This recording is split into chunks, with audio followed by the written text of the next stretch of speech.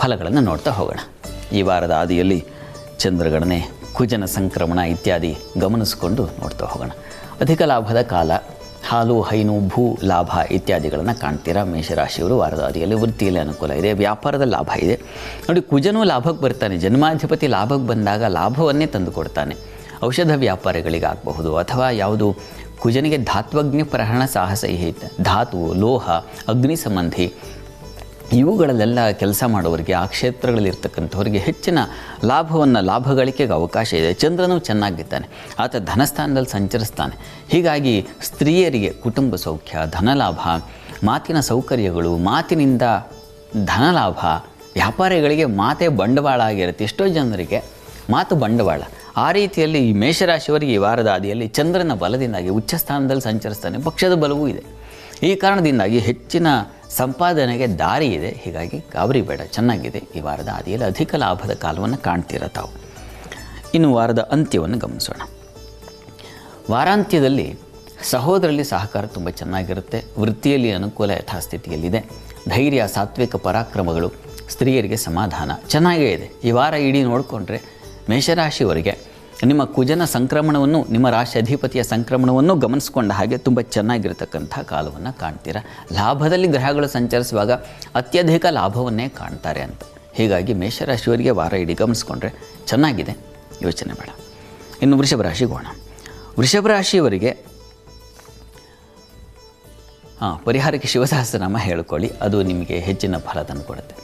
ವೃತ್ತಿಯಲ್ಲಿ ಮಿಶ್ರ ಫಲವನ್ನು ಕಾಣ್ತೀವಿ. ಅಲ್ಲಿ ವೃತ್ತಿಯಲ್ಲಿ ನೋಡಿ, ಕುಜನ ಸಂಚಾರ ವೃತ್ತಿ ಸ್ಥಾನದಲ್ಲಿ ಆಗುತ್ತೆ.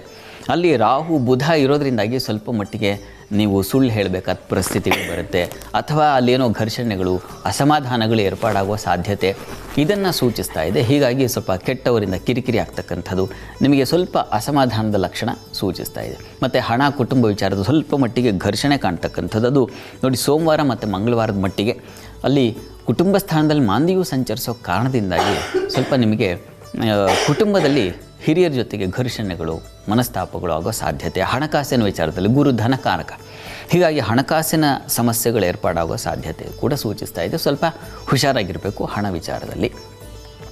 ವಿದ್ಯೆ, ಮಾತಿನ ವಿಚಾರ, ವಿದ್ಯೆಯಲ್ಲೂ ಕೂಡ ನೀವು ವಿದ್ಯಾರ್ಥಿಗಳಾಗಿದ್ದರೆ ಶಾಲೆಯಲ್ಲಿ ಏನೋ ಗಲಾಟೆ, ಘರ್ಷಣೆ, ಮತ್ತೊಂದು ಒಳ್ಳೆಯ ಬುದ್ಧಿವಂತರು ಕೂಡ ಕೆಟ್ಟ ಹೆಸರನ್ನು ತೊಗೊಂಡ್ಬಂದ್ಬಿಡ್ತಕ್ಕಂಥ ಸಾಧ್ಯತೆ, ಅಂಥದ್ದು ಲಕ್ಷಣ ಇದೆ, ಗಮನ ಇಲ್ಲಿ. ಇನ್ನು ವಾರಾಂತ್ಯ ನೋಡೋಣ. ವಾರಾಂತ್ಯದಲ್ಲಿ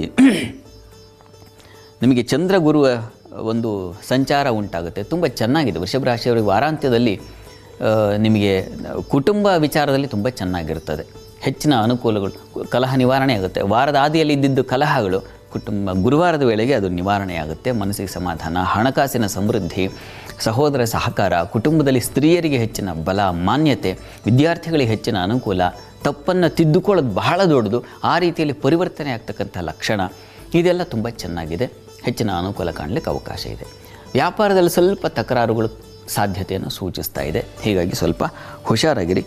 ಅಲ್ಲಿ ಕರ್ಮಸ್ಥಾನದಲ್ಲಿ ಮಾಂದಿಯು ಸಂಚರಿಸುತ್ತೆ. ಈ ಕಾರಣದಿಂದಾಗಿ ವೃತ್ತಿ ಸ್ಥಳದಲ್ಲಿ ಸ್ವಲ್ಪ ಹುಷಾರಾಗಿರಬೇಕು, ಬಹಳ ಎಚ್ಚರಿಕೆಯಿಂದ ಇರಬೇಕು ವೃತ್ತಿ ಸ್ಥಳದಲ್ಲಿ ವೃಷಭ ರಾಶಿಯವರು. ಪ್ರಾರ್ಥನೆಗೆ ಮನೆ ದೇವರ ಪ್ರಾರ್ಥನೆ ಮಾಡಿ. ಸಾಧ್ಯವಾದರೆ ನೀವು ಸುಬ್ರಹ್ಮಣ್ಯ ಸನ್ನಿಧಾನಕ್ಕೆ ಹೋಗಿ ಸ್ವಲ್ಪ ತೊಗರಿ ದಾನ ಮಾಡಿದ್ರೆ ಇನ್ನೂ ತುಂಬ ಒಳ್ಳೆಯದು. ಇನ್ನು ಮಿಥುನ ರಾಶಿಗೆ ಹೋಗೋಣ. ಮಿಥುನ ರಾಶಿಯವರಿಗೆ ವಾರದಾದಿಯಲ್ಲಿ ವೃತ್ತಿಯಲ್ಲಿ ತಕರಾರುಗಳು ಬರ್ತಕ್ಕಂಥದ್ದು, ತಂದೆ ಮಕ್ಕಳಲ್ಲಿ ಸ್ವಲ್ಪ ಮನಸ್ತಾಪಗಳು ಬರ್ತಕ್ಕಂಥದ್ದು, ಹೆಚ್ಚಿನ ಓಡಾಟ, ವ್ಯಯ, ಬಂಧು ಜ್ಞಾತಿಗಳಲ್ಲಿ ಸ್ವಲ್ಪ ಎಚ್ಚರವಾಗಿರಿ. ತಾಯಿ ಬಂಧುಗಳಲ್ಲೂ, ತಂದೆ ಬಂಧುಗಳು, ಜ್ಞಾತಿಗಳಲ್ಲೂ. ತಂದೆ ಕಡೆಯವರನ್ನು ಜ್ಞಾತಿಗಳು ಅಂತ ಕರೀತಾರೆ, ತಾಯಿ ಕಡೆಯವರನ್ನು ಬಂಧುಗಳು ಅಂತ ಕರೀತಾರೆ. ಎರಡೂ ಸಂಬಂಧಗಳಲ್ಲಿ ಸ್ವಲ್ಪ ಜಾಗ್ರತೆ ಬೇಕು ಅನ್ನೋದನ್ನು ಸೂಚಿಸ್ತಾ ಇದೆ. ಮುಖ್ಯವಾಗಿ ಕುಜ ಈ ಭಾಗ್ಯಸ್ಥಾನಕ್ಕೆ ಹೋದಾಗ ಸ್ವಲ್ಪ ಮಟ್ಟಿಗೆ ಅಲದಾಟ ಜಾಸ್ತಿ ಆಗುತ್ತೆ. ಮತ್ತು ಸಾಲ, ಶತ್ರುಗಳ ಬಾಧೆಯನ್ನು ಈಗ ನಿಮಗೆ ಪಾಪ ನಿಮ್ಮ ಪಾತ್ರವೇ ಇಲ್ಲದೇ ಇದ್ದರೂ ಅದನ್ನು ಅನುಭವಿಸಬೇಕಾದ, ಅಪವಾದವನ್ನು ಹೊತ್ಕೊಳ್ಬೇಕಾದ ಪರಿಸ್ಥಿತಿ ಬರಬಹುದು. ತಂದೆ ಮಕ್ಕಳಲ್ಲಿ ಬಹಳ ಮುಖ್ಯವಾಗಿ ಮನಸ್ತಾಪಗಳು ಉಂಟಾಗಬಹುದು. ಸ್ವಲ್ಪ ಗಮನ ಬೇಕು ಮಿಥುನ ರಾಶಿಯವರಿಗೆ ವಾರದ ಆದಿಯಲ್ಲಿ. ಇನ್ನು ವಾರಾಂತ್ಯ ನೋಡೋಣ.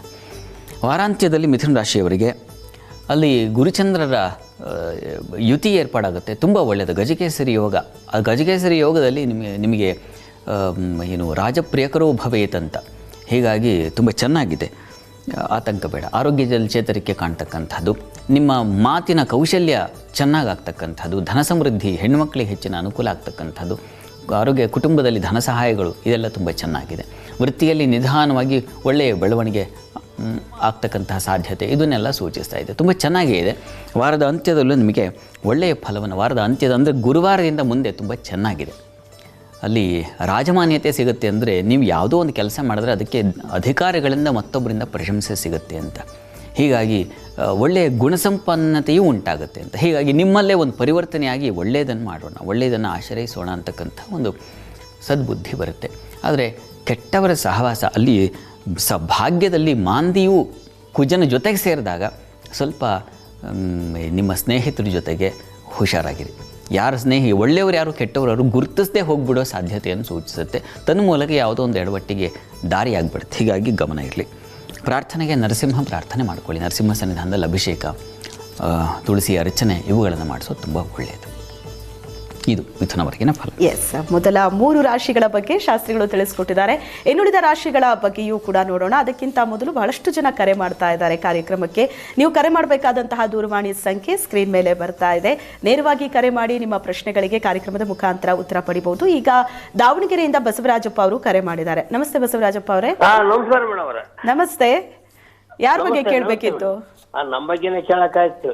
ಓಕೆ, ನಿಮ್ಮ ಹುಟ್ಟಿದ ದಿನಾಂಕ ಹೇಳಿ. ಇಲ್ಲ, ಅವರ ಹೌದಾ? 1 ರಿಂದ 108 ಒಳಗಡೆ ಒಂದು ಸಂಖ್ಯೆ ಹೇಳಿ. ಅವರದು ಧನು ರಾಶಿ, ಹೀಗಾಗಿ ನನಗೆ ಚೆನ್ನಾಗಿ ಗೊತ್ತಿದೆ ಅವ್ರ ವಿಚಾರ. ನಿಮ್ಮ ಪರಿಚಯ ಶಾಸ್ತ್ರಿಗಳಿಗೆ ತುಂಬಾ ಚೆನ್ನಾಗಿದೆ. ಮಾತಾಡಿ. ನಮಸ್ಕಾರ, ಚೆನ್ನಾಗಿದ್ದೀರಾ? ಗುರುಜಿ ಆರಾಮದಿರಾ? ನಮಸ್ಕಾರ, ಚೆನ್ನಾಗಿದ್ದೀರಾ ತಾವು? ಚೆನ್ನಾಗದವ್ರಿ. ನೀವ್ ಆರಾಮದಿರಾ ಗುರುಜಿ? ನಾನು ಸೌಖ್ಯವಾಗಿದ್ದೀನಿ. ಗುರುಜಿ, ನಂದು ಮುಂದಿನ ಭವಿಷ್ಯ ಹೇಗಿದೆ ನೋಡಿ? ನಿಮ್ಮ ಭವಿಷ್ಯ ಚೆನ್ನಾಗೇ ಇದೆಯಲ್ರಿ. ಈಗ ಗುರು ಸಂಚಾರ ಚೆನ್ನಾಗಿರೋದ್ರಿಂದ ಜೂನ್ವರೆಗೆ ನಿಮ್ಮನ್ನು ಯಾರೂ ಮಾತಾಡಿಸ್ಲಿಕ್ಕಾಗಲ್ಲ. ತುಂಬ ಚೆನ್ನಾಗಿ ಸೌಖ್ಯವಾಗಿ ಹೀಗೆ ಟಿ ವಿ ನೋಡ್ಕೊಂಡು ಆಗಾಗ ನಮ್ಮನ್ನು ಮಾತಾಡಿಸ್ಕೊಂಡು ಚೆನ್ನಾಗಿರ್ತೀರ. ಯೋಚನೆ ಮಾಡಬೇಡಿ. ವಿಷ್ಣು ಸಹಸ್ರನಾಮ ಇತ್ಯಾದಿಗಳನ್ನು ಹೇಳ್ಕೊಳ್ಳಿ. ಒಳ್ಳೆ ದಾನ ಧರ್ಮ ಇಂಥ ಸಜ್ಜನಿಕೆಯನ್ನು ಬೆಳೆಸ್ಕೊಂಡ್ರೆ ತುಂಬ ಒಳ್ಳೆಯದು ಈ ಕಾಲದಲ್ಲಿ. ಅದನ್ನು ಮಾಡಿ. ವಿಷ್ಣು ಸ್ತುತಿ, ಶಿವಸ್ತುತಿ ಇವುಗಳು ನಮಗೆ ಬಲವನ್ನು ತಂದುಕೊಡುತ್ತೆ. ಮನೋಬಲ, ಆತ್ಮಬಲ ಎಲ್ಲವನ್ನು ತಂದುಕೊಡ್ತಕ್ಕಂಥ. ಹೀಗಾಗಿ ಇದನ್ನು ಮಾಡ್ತಾಯಿರಿ. ಒಳ್ಳೆಯದಾಗಲಿ. ಧನ್ಯವಾದಗಳು ಬಸವರಾಜಪ್ಪ ಅವರೇ. ಕಾಲ್ ಸಿಗಲ್ಲ ಅಂತ ತುಂಬಾ ಜನ ಕಂಪ್ಲೇಂಟ್ ಮಾಡ್ತಿರ್ತಾರೆ, ಆದ್ರೆ ಬಸವರಾಜಪ್ಪ ಅವ್ರಿಗೆ ಮಾತ್ರ ಪ್ರತಿ ಸಾರಿ ಕಾಲ್ ಸಿಕ್ಬಿಡುತ್ತೆ. ಅದು ಹೇಗೋ ಗೊತ್ತಿಲ್ಲ. ಓಕೆ, ತೇಜಸ್ವಿನಿ ಅವರು ಕರೆ ಮಾಡಿದ್ದಾರೆ ಬೆಂಗಳೂರಿನಿಂದ. ನಮಸ್ತೆ ತೇಜಸ್ವಿನಿ ಅವರೇ. ನಮಸ್ಕಾರ ಮೇಡಮ್. ನಮಸ್ತೆ. ಯಾರ ಬಗ್ಗೆ ಕೇಳಬೇಕಿತ್ತು? ನಮ್ಮ ಬಗ್ಗೆನೇ ಕೇಳಬೇಕು. ಡೇಟ್ ಆಫ್ ಬರ್ತ್ ಹೇಳಿಮಾ. ನಮ್ದು 31/1/1970. 31/1/70. 1970. ಟೈಮು? ಟೈಮ್ ಕರೆಕ್ಟ್ ಆಗಿ ಗೊತ್ತಿಲ್ಲ. ಮಧ್ಯಾಹ್ನ ಅಂತಾರೆ. ತುಲಾರಾಶಿ, ವಿಶಾಖ ನಕ್ಷತ್ರ. ಓಕೆ, ಏನ್ ಪ್ರಶ್ನೆ ಕೇಳಬೇಕಿತ್ತು? ಮಾತಾಡಿ ಶಾಸ್ತ್ರಿಗಳ ಹತ್ರ. ನಮ್ಮ ಮನೆ ಬಗ್ಗೆ ಕೇಳಬೇಕಾಯ್ತು. ಓಕೆ, ಮನೆ ಕಟ್ತಿರೋ ಇಲ್ವೋ ಅಂತನೋ ಅಥವಾ ಯಾವಾಗ ಆಗುತ್ತೆ? ಹೌದು ಹೌದು, ಮಾತಾಡಿ. ಕೊಟ್ಬಿಟ್ಟು ಮಾಡ್ಬೇಕು ಅಂತಿದೀವಿ, ಅದ್ರ ಬಗ್ಗೆ.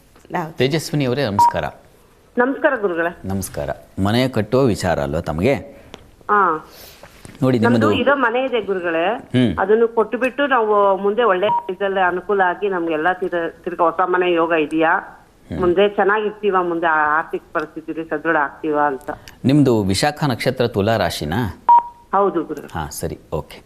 ನೋಡಿ, ಮಾರ್ಚ್ 1ನೇ ತಾರೀಕಿಂದ ನಿಮಗೊಂದು ಒಳ್ಳೆಯ ಯೋಗ ಪ್ರಾರಂಭವಾಗುತ್ತೆ. ನಿಮ್ಮ ರಾಷ್ಟ್ರಾಧಿಪತಿ ಶುಕ್ರನಿಗೆ ಒಂದು ಬಲ ಬರುತ್ತೆ ಇದೇ ಬರುವ ಮಾರ್ಚ್ 1ನೇ ತಾರೀಕಿನಿಂದ. ಹೀಗಾಗಿ ನೀವು ಮನೆ ತಗೊಳ್ಳೋ ವಿಚಾರದಲ್ಲಿ, ಮನೆ ಕಟ್ಟುವ ವಿಚಾರದಲ್ಲಿ ಎರಡೂ ರೀತಿಯಲ್ಲಿ ತುಂಬ ಅನುಕೂಲ ಇದೆ. ಶುಕ್ರನ ಬಲ ಬಂದಾಗ ಗೃಹ ಸೌಖ್ಯ ಅಂತಕ್ಕಂಥದ್ದು ಏರ್ಪಾಡಾಗುತ್ತೆ. ಹೀಗಾಗಿ ಆತಂಕ ಬೇಡ. ನಿಮ್ಮ ಚತುರ್ಥಾಧಿಪತಿ ಕೂಡ ಚೆನ್ನಾಗಿದ್ದಾನೆ. ಹೀಗಾಗಿ ನಿರಾತಂಕವಾಗಿ ನಿಮ್ಮ ಪ್ರಯತ್ನ ಮುಂದುವರಿಸಿದ್ರೆ ಸಾಕು, ಅನುಕೂಲ ಆಗುತ್ತೆ. ಯೋಚನೆ ಮಾಡೋದು ಬೇಡ. ಯುಗಾದಿ ನಂತರ ತುಂಬ ಚೆನ್ನಾಗಿದೆ. ಒಳ್ಳೆಯದಾಗಲಿ. ಧನ್ಯವಾದಗಳು ತೇಜಸ್ವಿನಿ ಅವರೇ.